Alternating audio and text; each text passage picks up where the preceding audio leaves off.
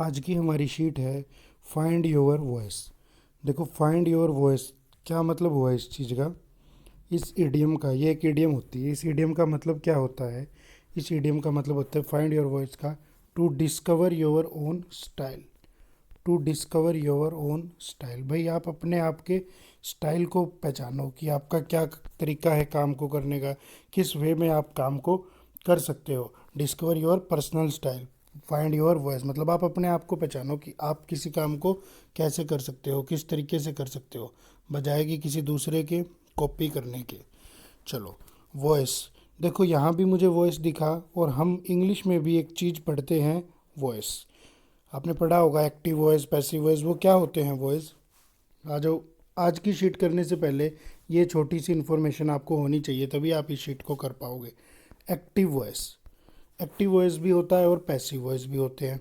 लेकिन मुझे ये बताओ कि होते क्यों हैं, क्या होता है, क्या ज़रूरत पड़ी एक्टिव वॉइस और पैसिव वॉइस बनाने की। यानी सेंटेंस की कोई वॉइस होती है तो क्या ज़रूरत पड़ी उस वॉइस को बनाने की। सीधा एक बारी में ही सेंटेंस बना लेते। देखो, सीखो। किसी भी सेंटेंस का एक सिंपल सा स्ट्रक्चर होता है, subject plus verb plus object. आम तौर पर क्या होता है बच्चों, आम तौर पर, हमेशा नहीं, ज़्यादातर केसेस में क्या होता है, ये वाला सब्जेक्ट इस वर्ब को करता है और इस चीज़ का इफ़ेक्ट इस ऑब्जेक्ट के ऊपर पड़ता है। समझ रहे हो? यानी ये सब्जेक्ट जो है ना, इस वर्ब को करेगा और इफेक्ट इस ऑब्जेक्ट के ऊपर पड़ेगा। ये एक वॉइस होती है। इस केस में इसे एक्टिव वॉइस कहा जाता है। देखो, subject plus verb plus object, ये सब्जेक्ट इस वर्ब को कर रहा है और इसका इफेक्ट इस ऑब्जेक्ट के ऊपर पड़ा है। इस चीज़ को हम कहते हैं एक्टिव वॉइस। हिंदी में नहीं पढ़ा आपने? हिंदी में एक्टिव का क्या मतलब होता है? हिंदी में एक्टिव का मतलब होता है चुस्त। हम कई बार कहते भी है कि बड़ा बच्चा आपका बड़ा एक्टिव है, बड़ा चुस्त है। यानी यहाँ जो ये सब्जेक्ट है वो इस वर्ब को खुद कर रहा है, तो सब्जेक्ट कैसा है, एक्टिव है, इसीलिए इसका नाम पड़ा एक्टिव वॉइस। एक बात यहाँ से क्लियर हुई एक्टिव वॉइस क्या होता है। अब आ जाओ पैसिव वॉइस की बात करते हैं। कई बार क्या होता है, ये सब्जेक्ट स्ट्रक्चर तो कुछ ऐसा ही रहता है, लेकिन ये सब्जेक्ट इस वर्ब को खुद नहीं करता, बल्कि इससे इस वर्ब को करवाया जाता है। जब ऐसा हो उस कंडीशन को हम कहते हैं क्या, उस कंडीशन को हम कहते हैं बच्चों पैसिव वॉइस। एक्टिव का मतलब चुस्त है और पैसिव का मतलब सुस्त है। हिंदी में बोलते भी हम कि एक पैसिव सोर्स ऑफ इनकम होना चाहिए, यानी एक ऐसा सोर्स ऑफ इनकम जहां आपको मेहनत नहीं करनी पड़े, सीधे आपके पैसे आते रहे, यानी सुस्त है वो। तो ये इस वॉइस को क्या कहते हैं हम, पैसिव वॉइस। जब सब्जेक्ट खुद उस वर्ब को नहीं करता बल्कि उससे करवाया जाता है, उस कंडीशन में उस सेंटेंस की वॉइस को कहा जाता है पैसिव वॉइस। ऐसे बने ये एक्टिव वॉइस और पैसिव वॉइस। अब बात करते हैं हम हमारे सेंटेंसेस को समझने के लिए हमें कैसे समझना होगा। एक और एग्जांपल से समझो। जब तक आप सेंटेंस की वॉइस ही नहीं पहचान पाओगे तो कैसे बात बनेगी। मैंने एक सेंटेंस लिखा, मैन किल्ड, और अब मैं एक और सेंटेंस लिखता हूँ बच्चों, मैं लिखता हूँ मैन वॉज किल्ड। इन दोनों सेंटेंसेस का मीनिंग क्या था? फर्स्ट सेंटेंस का मीनिंग था मैन किल्ड, मैन किल्ड। अब क्या ये व्यक्ति इस किल वर्ब को कर रहा था? हाँ बिल्कुल, इस व्यक्ति ने किसी और को मारा। इसके आगे मैं कुछ भी लगा सकता था, मैन किल्ड ए लॉयन। भाई इस आदमी ने एक लॉयन को मारा। मैंने किस सेंस में बनाया इसको, मैन किल्ड ए लॉयन। एक बार ही लिखता हूँ मैं दोबारा से, मैन किल्ड ए लॉयन। अब देख लो, मैन एक सब्जेक्ट था जो इस वर्ब को कर रहा था, ये V2 थी, और उसका इफेक्ट किसके ऊपर पड़ा, इस लोयन के ऊपर पड़ा। इसीलिए इस सेंटेंस के स्ट्रक्चर को कह दिया एक्टिव वॉइस, क्योंकि सब्जेक्ट कैसा था, सब्जेक्ट एक्टिव था, वो खुद से काम कर रहा था। नेक्स्ट चीज़ देखो, नेक्स्ट सेंटेंस मैंने लिखा मैन वॉज किल्ड। इसका क्या मतलब था, मैन वॉज किल्ड, मैन की खुद की ही हत्या हो गई। किसने की होगी, मैन वॉज किल्ड बाय ए लोयन, भाई लोयन ने उसे मार दिया। अब मुझे एक बात बताओ, ये जो सब्जेक्ट था, ये जो सब्जेक्ट था, क्या ये सब्जेक्ट किल होना चाहता था? क्या ये मरना चाहता था? नहीं चाहता था। इस लोयन ने इससे ये वर्ब करवा दी। यानी ये सब्जेक्ट कैसा था बच्चों, ये पैसिव सब्जेक्ट था, इसलिए इसको क्या कहा, पैसिव वॉइस कहा। चलो एक और एग्जांपल से मैं आपको चीज़ समझाने की कोशिश करता हूँ। हम कहते हैं कई बार थीफ अरेस्टेड। आपको सेंटेंस देख के ये पता लगाना आना चाहिए कि ये वॉइस कौन सी है, इसकी एक्टिव वॉइस है या पैसिव वॉइस है। कई बार बच्चे प्रेपोजिशन से रट्टा लगा लेते हैं, लेकिन मैं बता देता हूँ प्रेपोजिशन स्किप कर दी जाती है। अब मैं बोल देता thief was arrested bye police, तो बच्चे उसी टाइम कह देते कि जी ये पैसिव वॉइस था, लेकिन वो पुलिस इतना ऑब्वियस था कि पुलिस ही अरेस्ट करेगी, इसलिए उसको छोड़ देते हैं। दो केसेस में छोड़ देते हैं ऑब्जेक्ट को भाई, या तो जब वो बहुत ज़्यादा ऑब्वियस हो या हमें पता ही नहीं हो कौन कर रहा है। इस पर भी काम करेंगे passive active voice passive voice की शीट पर। अभी के लिए इतना समझो, थीफ अरेस्टेड, इस सेंटेंस का क्या मतलब था। इस सेंटेंस को देख के कुछ बच्चों को लगा होगा कि चोर पकड़ा गया, लेकिन ऐसा नहीं था। इस सेंटेंस का मतलब था थीफ अरेस्टेड, चोर ने किसी को गिरफ्तार कर लिया। Thief arrested someone. क्यों, कैसे इसकी सेंस निकाली मैंने इसकी सेंस ऐसे देखी भाई बच्चों, थीफ अरेस्टेड, ये थीफ सब्जेक्ट था और ये अरेस्ट वर्ब थी, यानी ये थीफ इस वर्ब को कर रहा था और इसका इफेक्ट किसी और पर्सन पर पड़ना था। यहाँ या तो कोई ऑब्जेक्ट आ जाता, थीफ अरेस्टेड ए पर्सन, या फिर नहीं आता, यहाँ नहीं लगाया। वैसे तो देखो अरेस्ट वर्ब कौन करता है, अरेस्ट कौन करता है, पुलिस करती है, आर्मी करती है, सिक्योरिटी एजेंसीज करती है, थीफ कभी अरेस्ट नहीं करेगा। लेकिन ये चीज़ बस समझाने के लिए बताएगी कब एक्टिव वॉइस लगाओगे और कब पैसिव वॉइस लगाओगे। मैं एक और एग्जांपल से अपनी बात क्लियर करता हूँ। अगर ये चीज़ क्लियर हो गई तो फिर आज की शीट के एरर कुछ बचेंगे ही नहीं। पुलिस अरेस्टेड, अब यहाँ तक ये सेंटेंस ओके था। इसका मतलब था भाई, क्या मतलब था, पुलिस अरेस्टेड, पुलिस ने किसी को अरेस्ट किया, police arrested a person.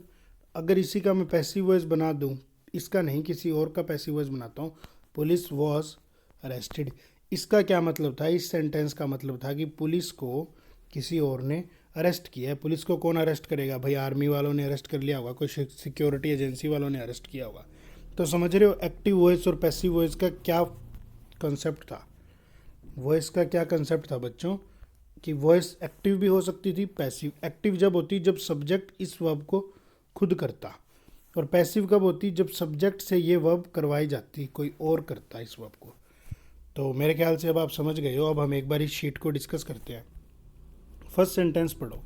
First sentence कहता है 4 persons arrested on Monday in connection with the crematorium roof collapse in Ghaziabad Murad Nagar. देखो सेंटेंस देखते ही मुझे एरर मिल गया। सबसे पहली चीज़ देखो, ये 4 पर्सन जो थे ये अरेस्ट किसी को कर रहे थे या ये अरेस्ट हुए होंगे, ये अरेस्ट हुए होंगे भाई। गाजियाबाद के मुराद नगर में कोई शमशान घाट की छत गिर गई, इस क्रीमेटोरियम रूफ को वही कहते हैं क्रीमेटोरियम को, भाई शमशान घाट की छत गिर गई। उसी के केस में उसी लिए क्या किया गया, 4 लोगों को गिरफ्तार किया गया होगा। जो जो लोग थे इसमें जुम्मेवार उनको गिरफ्तार किया गया। तो यहाँ ये 4 लोग इस अरेस्ट वर्ब को कर नहीं रहे थे, इनके ऊपर की गई, इनसे करवा दी, इनको गिरफ्तार किया गया, इसीलिए यहाँ पैसिव वॉइस लगा। और पैसिव वॉइस में हमेशा याद रखना हेल्पिंग वर्ब प्लस वर्ब की थर्ड फॉर्म आती है। इसीलिए इस सेंटेंस की फॉर्मेशन मुझे कैसी चाहिए थी, मुझे पैसिव वॉइस में चाहिए थी। आ जाओ नेक्स्ट सेंटेंस की तरफ। नेक्स्ट सेंटेंस कहता है contractor Ajay Tyagi who was absconding was nab late in the evening. देखो सीधी सी चीज़ समझो। पहले चीज़ तो कुछ चेक कर लो, हमने क्लास में बहुत बार पढ़ा है 2 कोमा के बीच में एक्स्ट्रा इन्फॉर्मेशन। यहाँ भी एक कोमा था, यहाँ भी एक कोमा था। अगर मैं इसको स्किप कर देता तो क्या सेंस निकल रही थी, बिल्कुल निकल रही थी। Contractor Ajay Tyagi was nab late in the evening. यहाँ से एक चीज़ और सीख लो बच्चों, यहाँ से मैं आज एक चीज़ और सिखा देता हूँ। इज़ एम आर या फिर was were, is am are या फिर वॉज वर, इनके साथ ना वर्ब हमेशा 2 तरीक़ों से आती है। यहाँ लिखता हूँ मैं दोबारा, इज़ लगा लो, एम लगा लो या फिर आर लगा लो, वॉज और वर। इनके साथ वर्ब 2 तरीक़ों से आती है, या तो वो आती है अपनी आईएनजी फॉर्म में, या वो आती है बच्चों V3 में। या तो आईएनजी फॉर्म में आती है या V3 में आती है। इसके अलावा वर्ब और किसी भी तरीके से इनके साथ नहीं आती। आईएनजी फॉर्म में कब आती है, जब एक्टिव वॉइस हो। ज़्यादातर केसेस की बात है, ये हर बार ऐसा नहीं होगा, पहले ही सुनो। ज़्यादातर केसेस 99% केसेस में एक्टिव वॉइस पर ही आएगी। या फिर V3 कब आएगी बच्चों, जब पैसिव वॉइस हो। V3 कब आएगी, जब पैसिव वॉइस हो। अब मुझे एक बात देखते के साथ पता चली कि यहाँ तो वॉज था और इसके बाद मुझे एक वर्ब दिख गई थी नैब। इसके बाद मुझे एक वर्ब दिख गई थी बच्चों नैब। तो यहाँ नैब वर्ब नहीं, यहाँ आना था नैब्ड, क्योंकि is am are was were के बाद वर्ब कैसी फॉर्म में आनी थी, V3 में आनी थी, क्योंकि अगेन वही बात है, ये सेंटेंस की फॉर्मेशन पैसिव वॉइस होनी थी। अब नैब क्या होता है, नैब का मतलब भी होता है गिरफ्तार कर लेना। मैंने इसे कैसे याद किया, मैंने इसे याद करा, कोई बंदा है जो भागता जा रहा है, भागता जा रहा है, तो पुलिस उससे कह रही है कि ना ना अब तुझे पकड़ लेंगे। यानी कोई कॉन्ट्रैक्टर अजय त्यागी था जिसको रात को पकड़ लिया गया था, इसी केस में दीवार गिरी थी, इसी केस में। यहाँ से एक वर्ड और सीखने को मुझे मिला एब्सकॉन्डिंग, मुझे मिला एब्सकॉन्डिंग। V1 प्लस ING लगी हुई थी। ये बच्चों जो वर्ब होती है वो होती है एब्सकॉन्ड, V1। और इसका नाउन अगर मुझे बनाना होता है तो मैं नाउन लगा सकता हूँ एब्सकॉन्डर, ये इसका नाउन होता है। इसका मतलब होता है भाग जाना, किधर से निकल जाना, फ्ली। भैया भाग गए, पुलिस कस्टडी से भाग गया, कोर्ट से भाग गया, कहीं ना कहीं से भाग गया, इसका ये मतलब होता है। नेक्स्ट सेंटेंस को एक बार देखते हैं। The firm also said neither Reliance or any of its subsidiaries had purchased any agricultural land directly or indirectly in Punjab, Haryana or anywhere else in India for the purpose of corporate or contract farming and had absolutely no plans to do so। भाई मुझे पढ़ते के साथ error दिखा, हमने कितनी ही बार किया है कि कुछ कंजंक्शंस पेयर में यूज़ होती है और नीदर का पेयर और नहीं नोर होता है बच्चों। नीदर नोर ईदर और, ये और जो होता है ये ईदर का पेयर होता है। यानी पेयर क्या होता है, करेक्ट फॉर्मेशन क्या होती है, नीदर नोर, या तो ये लगाओ या फिर एक फॉर्मेशन और आती है इधर और। यहाँ पर नीदर नोर ही आना था, इधर और किसी और केस में लगता है। इसको करेक्ट करने के लिए लगाते हैं नीदर नोर। मैंने बस ये बताया कि इधर का पेयर और होता है। तो नेक्स्ट सेंटेंस की तरफ चलते हैं। नेक्स्ट सेंटेंस कहता है the meeting began with attendees observing 2 minutes silence to pay respects to the more than 50 protesters who have died over the course of the agitation। Agitation, देखो यहाँ से मुझे एक वर्ड मिला एजिटेशन। एजिटेशन का वैसे हिंदी में मतलब क्या होता है, एजिटेशन का मतलब होता है जब कोई भीड़ हो वो हिंसक प्रदर्शन करे, उस चीज़ को एजिटेशन कहते हैं। कोई भीड़ हिंसक प्रदर्शन करे उस चीज़ को कहते हैं एजिटेशन। विरोध प्रदर्शन कर रहे हैं और गुस्से के साथ, हिंसक है वो चीज़। अब यहाँ मुझे एरर देखने को मिला 50, मुझे दिखा 50 और 50 के बाद कोई नाउन था। तो मुझे एक बात बताओ, 50 बॉय या बॉयज़, 50 बॉयज़, मैं बोल दूँ 50 पेंसिल या 50 पेंसिल्स, 50 पेंसिल्स, 50 चेयर या 50 चेयर्स यानी चेयर्स। यानी इसके पीछे मुझे क्या लगाना था, प्रोटेस्टर्स लगाना था। अगर यहाँ भी दिमाग में नहीं आता बच्चों तो यहाँ एक और मज़ेदार चीज़ थी। मुझे सेंटेंस के बीच में हु दिखा, हु के आगे वर्ब दिखी हैव। हमने बहुत बार किया है हु विच दैट, जब भी सेंटेंस के बीच में आ जाएं तो वर्ब अपने से पहले वाले सब्जेक्ट के अकॉर्डिंग लेते हैं। हैव तो एक प्लूरल वर्ब थी, और हैव अगर एक प्लूरल वर्ब थी बच्चों तो मुझे यहीं से पता लग गया कि हैव प्लूरल वर्ब थी तो हु के बाद कैसा नाउन आना था, एक प्लूरल नाउन आना था, तभी तो हैव आया, अदरवाइज हैज़ आता। तो अगर यूँ नहीं समझ पाते तो यहाँ से करेक्ट कर लेते। चलो आ जाओ। नेक्स्ट सेंटेंस कहता है the Supreme Court on Monday ask the centre to delete its 3 years old law which allowed seizure and subsequent confiscation of livestock from people who depended on these animals for a livelihood even before they were found guilty of cruelty towards them। देखो centre जो है ना, केंद्र सरकार, उसने 3 साल पहले कानून बनाया कि जो भी व्यक्ति पशुओं को पालता है अगर वो उन पर कोई क्रूरता करता है, क्रूर तरीके से उन्हें ट्रीट करता है तो उसे छीन लो, उन जानवरों को उससे छीन लो। क्रूएलिटी तो आप जानते ही हो, क्रूर तरीके से। मुझे कुछ वर्ड्स बताने थे पहले, उसके बाद हम सेंटेंस को डिस्कस करेंगे। इसमें दिखा मुझे लाइव स्टॉक। क्या दिखा, लाइव स्टॉक। देखो बच्चों आप जानते हो कि जब भी कोई व्यक्ति बिजनेस करता है ना तो उसके पास कुछ स्टॉक होता है। यहाँ भी स्टॉक है और वो स्टॉक कैसा है, लाइव है, वो जिंदा है। तो इसका मतलब होता है पशुधन। The animals which you have, या फिर the animals which one have,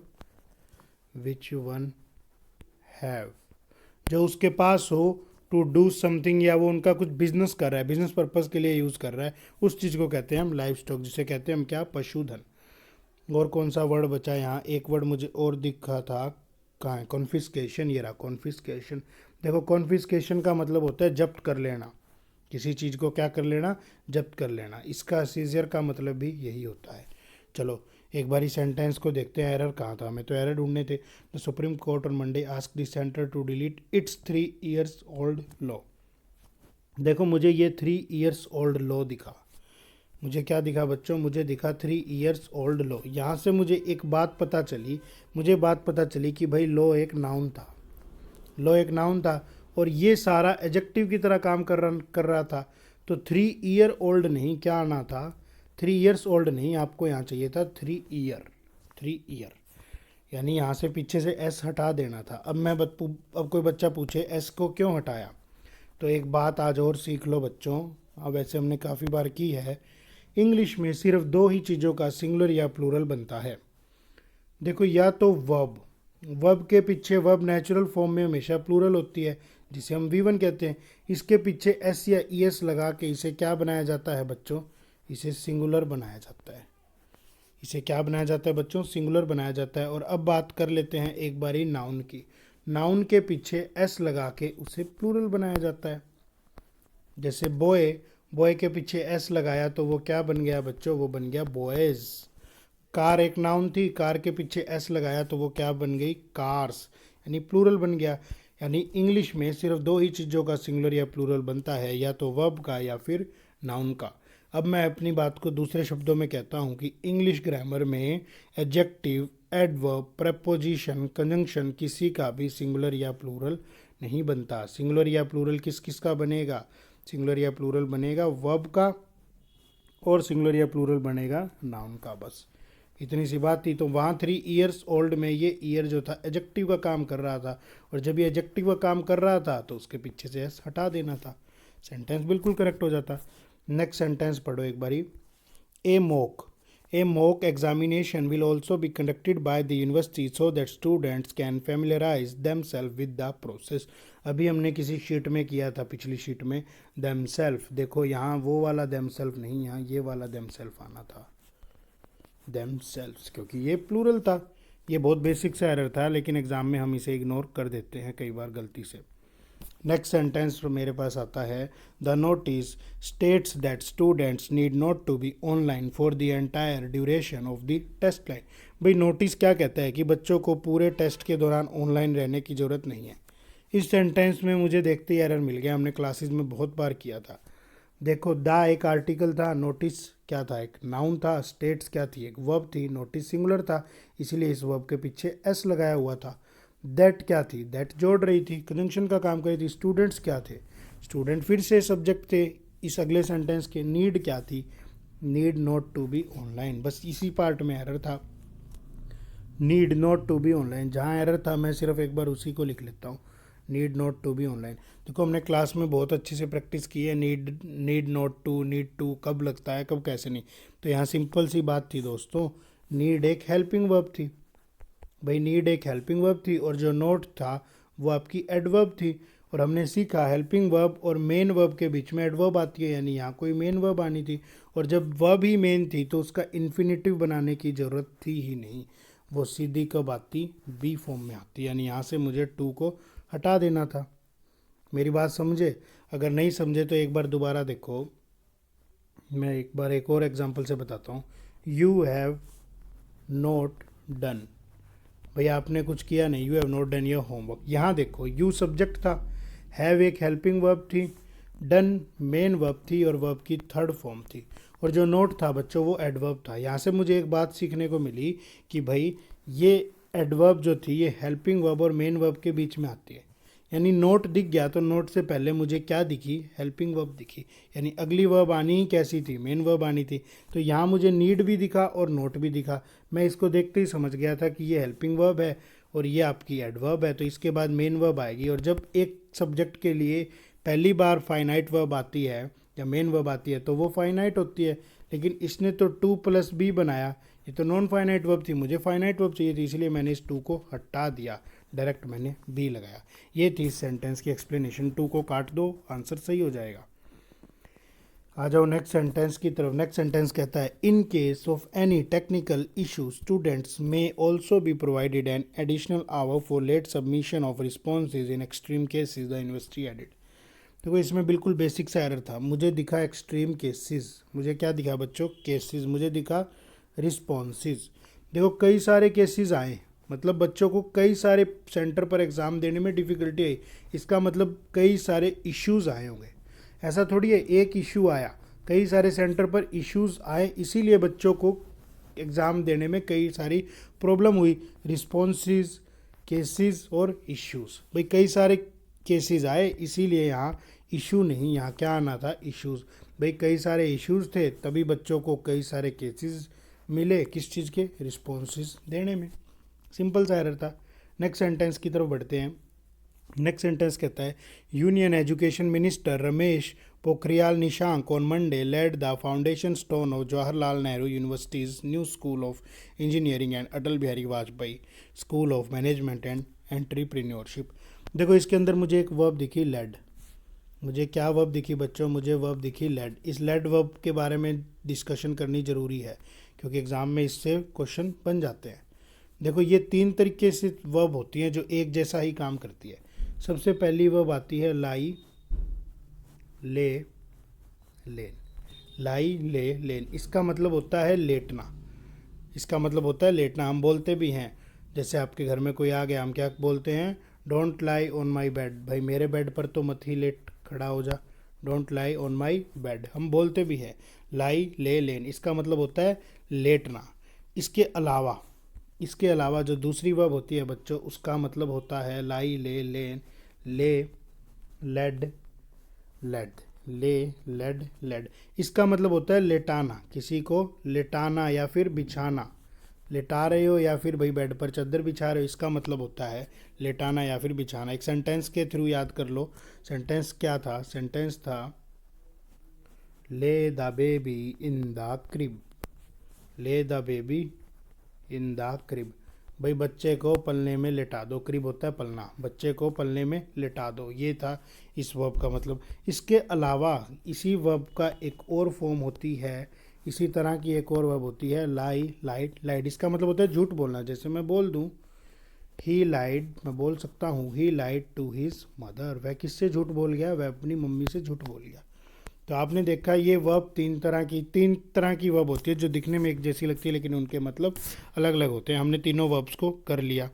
तो चलो फिर आगे नेक्स्ट सेंटेंस को एक बार देख लेते हैं। नेक्स्ट सेंटेंस कहता है we wanted to end the protest since the day we came here but the central government will not agree to repeal controversial farm laws and so we will continue our struggle, said Harmeet Singh 45 a farmer from Patiala. देखो हमने class में बहुत बार किया, इसके अंदर मुझे दिखा since. Since देखते ही मेरे दिमाग में बात आ गई कि भाई सिंस के बाद तो फिनिश्ड टाइम, तो क्या फिनिश्ड टाइम था, हाँ, since the day we came, भाई हम जिस दिन आए थे तब से लेकर आज तक। हमने क्लासेस में किया था सिंस के बाद कैसा टाइम लगाते हैं हम, फिनिश्ड टाइम लगाते हैं, और सिंस लगने पर उसे अनफिनिश्ड टाइम बना लेते हैं। तो सिंस के बाद फिनिश्ड टाइम और फिर उसको किस टेंस में लिखते हैं, उसको हम लिखते थे प्रेजेंट परफेक्ट में। तो यहाँ वांटेड नहीं, वी हैव वांटेड। ये कह रहा है कि भाई हम तो जिस दिन से आए थे ना उस दिन से लेकर आज तक इस प्रोटेस्ट को ख़त्म करना चाहते हैं, लेकिन गवर्नमेंट जो है वो रिपील ही नहीं कर रही इस कंट्रोवर्शियल फार्म लॉ को। रिपील का मतलब क्या होता है, रद्द कर देना। सेंटेंस को एक बार देख लेते हैं। 58 years old Ranjit Singh from Jalandhar said that not all tractors would be part of the parade. फिर से वही एरर, यहाँ मुझे देखते ही पता लग गया ये वैसे भी एक हाइफिनेटेड नाउन था और इसमें ये एडजेक्टिव का काम कर रहा था। तो ये ईयर्स नहीं, ये ईयर आना था भाई, क्योंकि रंजीत सिंह को क्या बता रहे हैं, रंजीत सिंह के बारे में क्या क्वालिफाई कर रहा है उसको, रंजीत सिंह को बता रहा है कि वो ओल्ड है, और वो कितना ओल्ड है, वो 58 ईयर्स ओल्ड पर्सन है। तो यहाँ ईयर्स नहीं, यहाँ सिंपल ईयर आता, क्योंकि एडजेक्टिव चाहिए था तो इसके पीछे का एस हटा देते, क्योंकि एडजेक्टिव का प्लूरल नहीं होता। देखो नेक्स्ट सेंटेंस की तरफ देखो। A 40 year old builder has arrested from Jaipur for allegedly duping investors of 38 lakh on the pretext of giving them plots on Ajmer Jaipur road, the police said on Wednesday। भाई sentence को देखते ही पता लग गया, इस बिल्डर ने किसी को अरेस्ट किया या इसको पकड़ा गया होगा। इस बिल्डर को अरेस्ट किया गया होगा, इस बिल्डर को क्या किया गया होगा, अरेस्ट किया गया। और इसे जब भी अरेस्ट किया गया होगा तो यहाँ क्या आना था, बीन। प्रेजेंट परफेक्ट टेंस की क्या फॉर्मेशन होती है पैसिव वॉइस में, has, have, been plus verb की थर्ड फॉर्म, ये फॉर्मेशन चाहिए थी।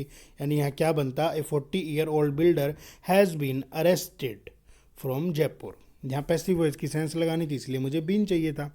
नेक्स्ट सेंटेंस की तरफ आ जाओ।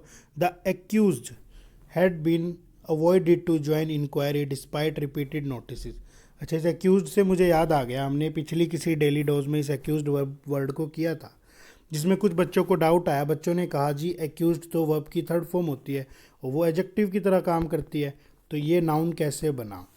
तो बच्चों सीखो, एक चीज़ सीखो, एक्यूज एक वर्ब थी जिसकी V1 फॉर्म थी, एक्यूज एक वर्ब थी और इसकी सेकंड फॉर्म थी एक्यूज्ड, और इसी की थर्ड फॉर्म भी एक्यूज्ड ही थी। ये चीज़ें कब थी, ये चीज़ें थी जब ये वर्ब का काम करती हैं। इसके अलावा नाउन के तौर पर हम डायरेक्टली किसको यूज़ करते हैं, एक्यूज्ड को। डायरेक्टली इस एक्यूज्ड को हम नाउन के तौर पर यूज़ कर लेते हैं। क्यों यूज़ कर लेते हैं भाई, देखो एक्यूज्ड का क्या मतलब होता है, दोषी। अब हिंदी में अगर मैं बोल दूं तो कैसे यूज़ होता था ये वर्ड, एक्यूज्ड पर्सन। कैसे यूज होता था, एक्यूज्ड पर्सन, यानी भाई सीधी सी बात थी, इसकी सेंस आती दोषी व्यक्ति, दोषी व्यक्ति।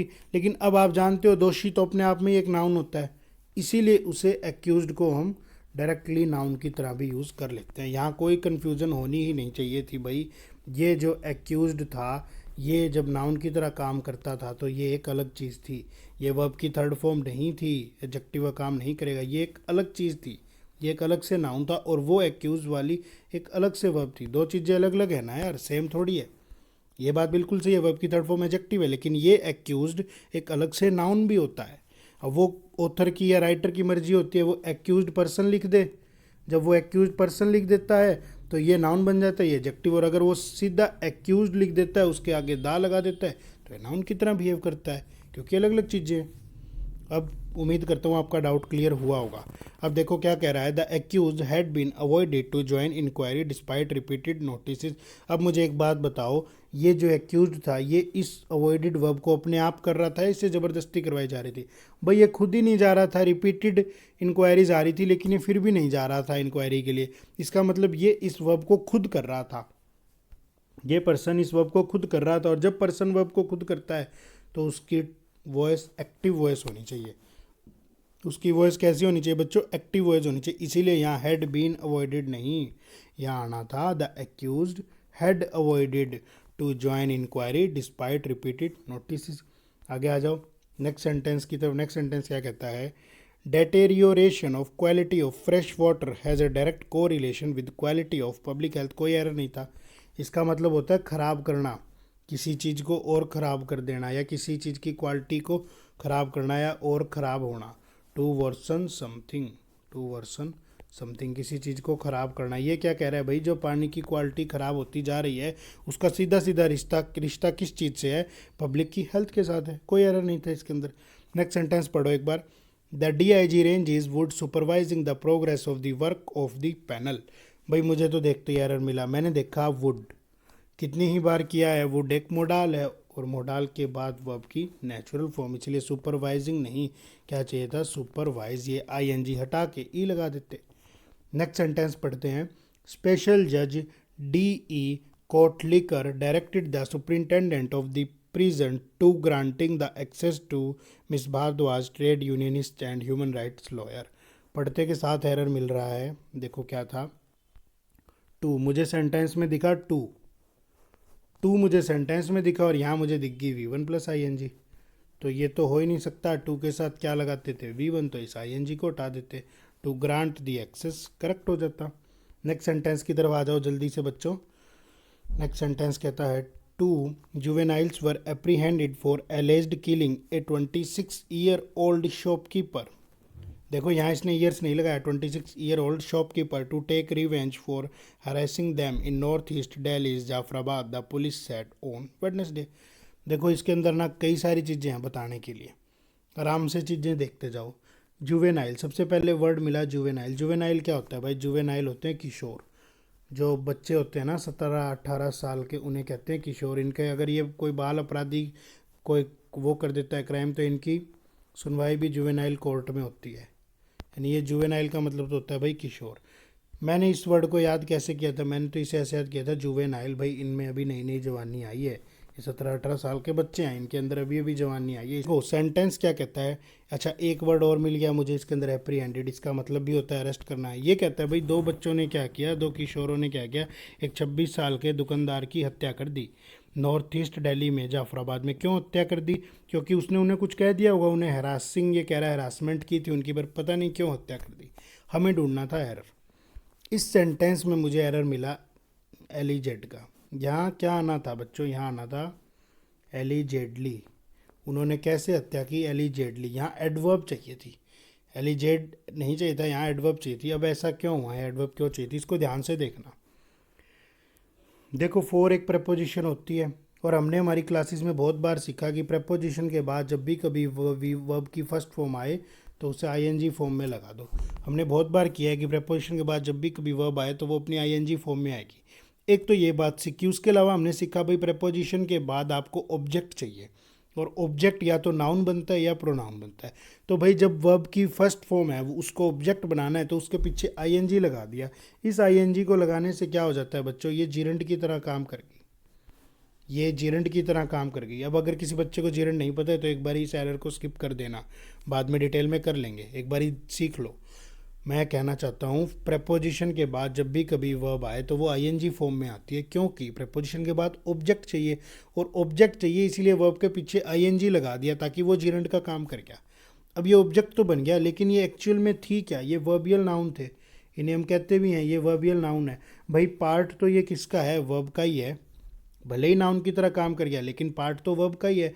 और जब वर्ब का पार्ट है तो वर्ब को क्वालिफाई कौन करता है बच्चों? वर्ब को क्वालिफाई एडवर्ब करती है। इसीलिए यहाँ स्किलिंग को क्वालिफाई एडवर्ब करती, और वो एडवर्ब बनती एलिजेडली, इसलिए इसके पीछे एल वाई लगा।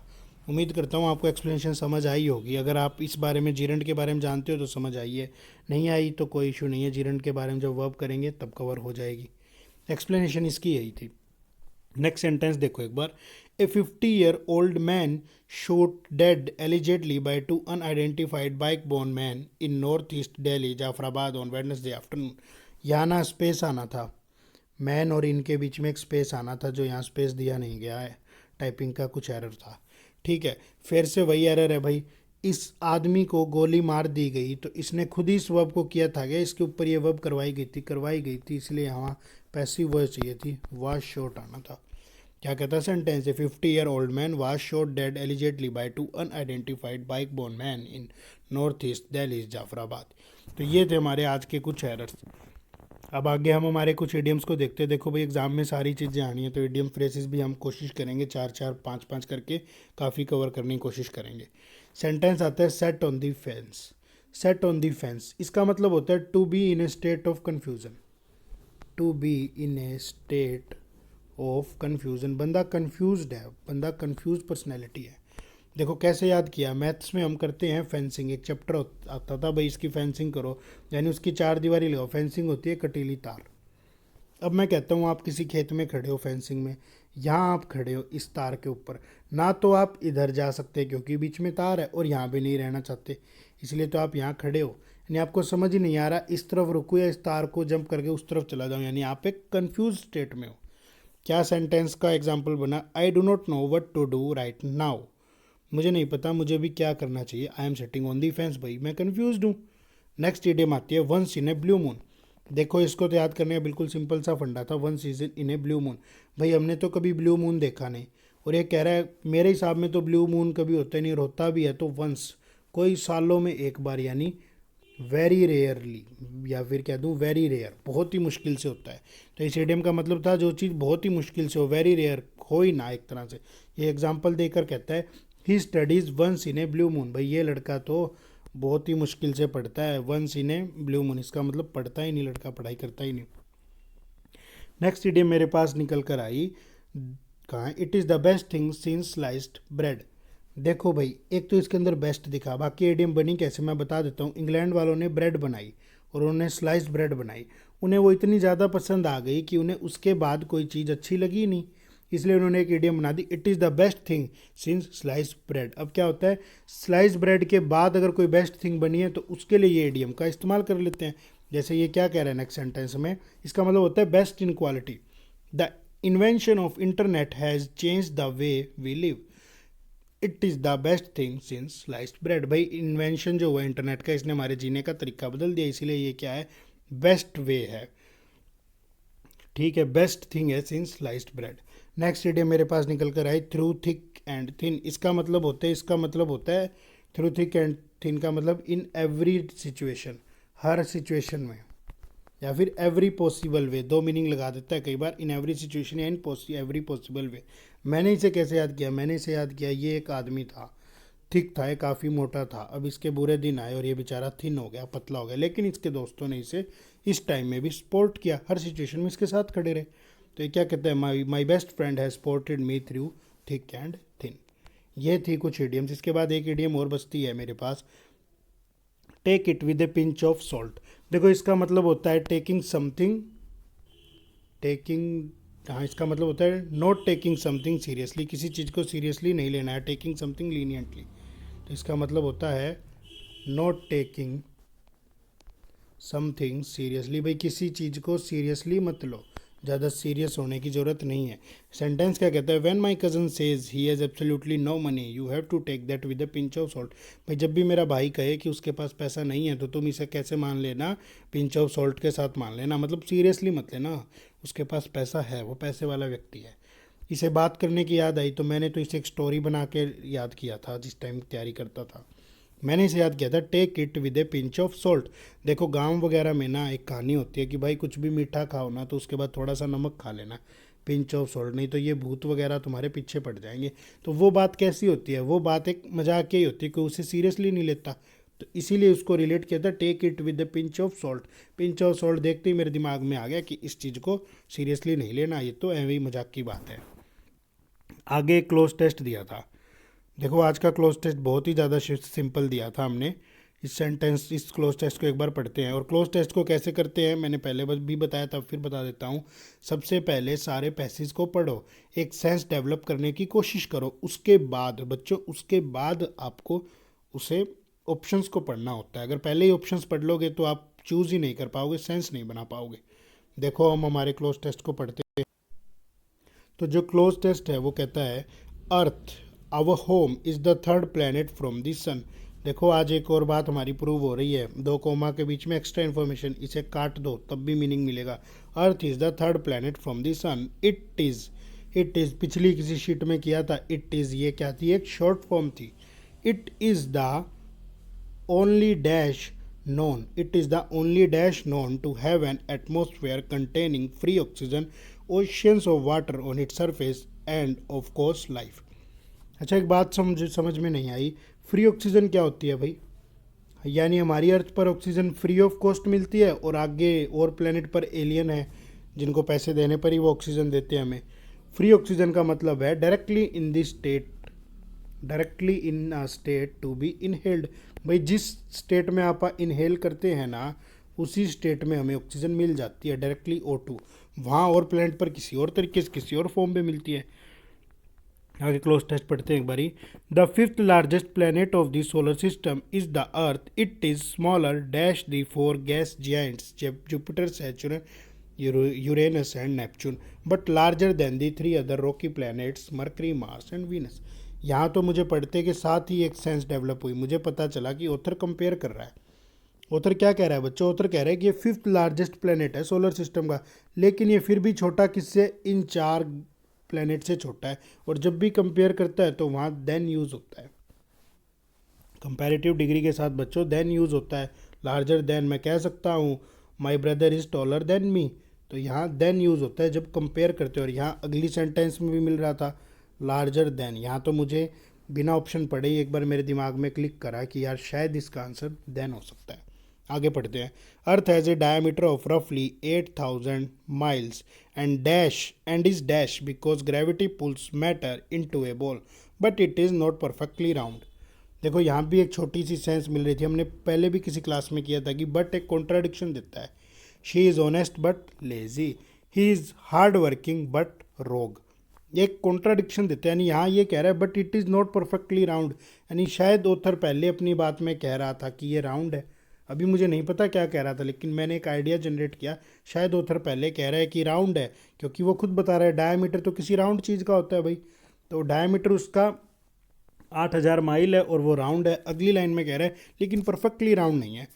अर्थ is really an oblate spheroid because its spin causes it to be squashed at its poles and swollen at the equator.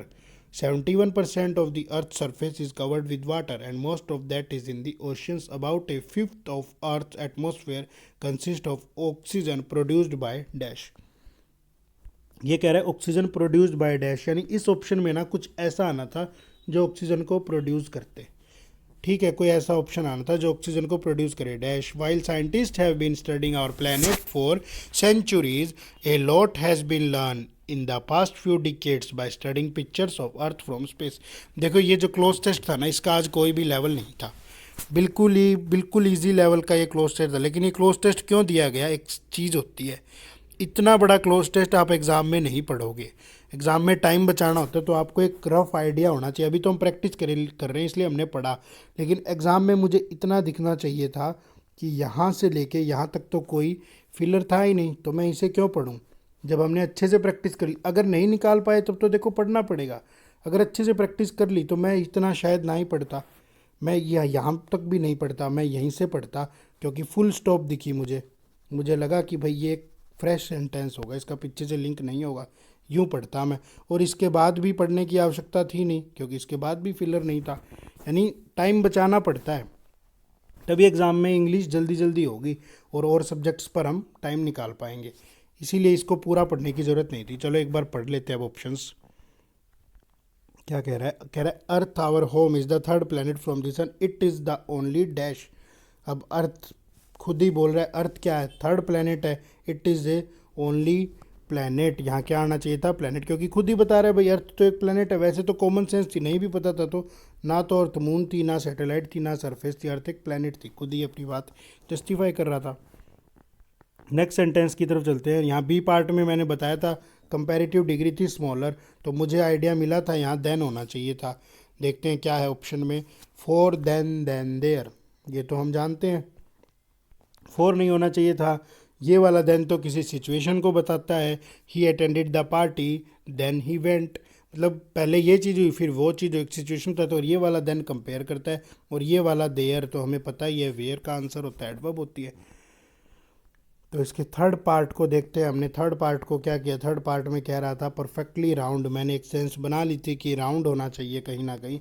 यहाँ ओवल भी नहीं है, अनइवन भी नहीं हो सकता, डिसरिप्यूटेड भी नहीं हो सकता, राउंड ही इसका आंसर था। और फोर्थ पार्ट में बच्चों टाइपिंग का एरर था। देखो यहाँ कह रहा है कि जो ऑक्सीजन को प्रोड्यूस करे, प्रोड्यूस्ड बाय समथिंग, क्या कह रहा है भाई, consist of oxygen produce by, यानी कोई ऐसी चीज़ चाहिए थी जो ऑक्सीजन को प्रोड्यूस करे। अब ऑक्सीजन को कौन प्रोड्यूस करता है, एनिमल्स नहीं, एनिमल्स तो इनहेल करते हैं। प्लैनेट्स, अरे प्लैनेट्स तो बाहर ही हैं, अर्थ के अंदर कोई प्लैनेट थोड़ी ना है। ह्यूमंस भी ऑक्सीजन को इनहेल करते हैं। और लिविंग बींग्स भी क्या करते हैं बच्चों, ऑक्सीजन को इनहेल करते हैं। तो यहाँ आंसर आना था प्लांट्स। इस प्लैनेट्स में स्पेलिंग मिस्टेक हो गई, यहाँ आना था बच्चों प्लांट्स। तो ये थी आज की शीट। इसकी हेडिंग क्या थी, इसकी हेडिंग हमने डिस्कस कर ली थी, फाइंड योर वॉइस। आप भी अपनी वॉइस को पहचानो, अपने स्टाइल को पहचानो, किसी और को कॉपी ना करो, और साथ ही साथ सेंटेंस की वॉइस को भी पहचानने की आदत डाल लो। उम्मीद करता हूँ आपको सेशन ज़रूर पसंद आया होगा। अगर पसंद आया तो वीडियो को लाइक कीजिए, चैनल को सब्सक्राइब कीजिए, और कोई भी क्वेरीज़ है तो कमेंट बॉक्स में पोस्ट कीजिए। Thank you friend.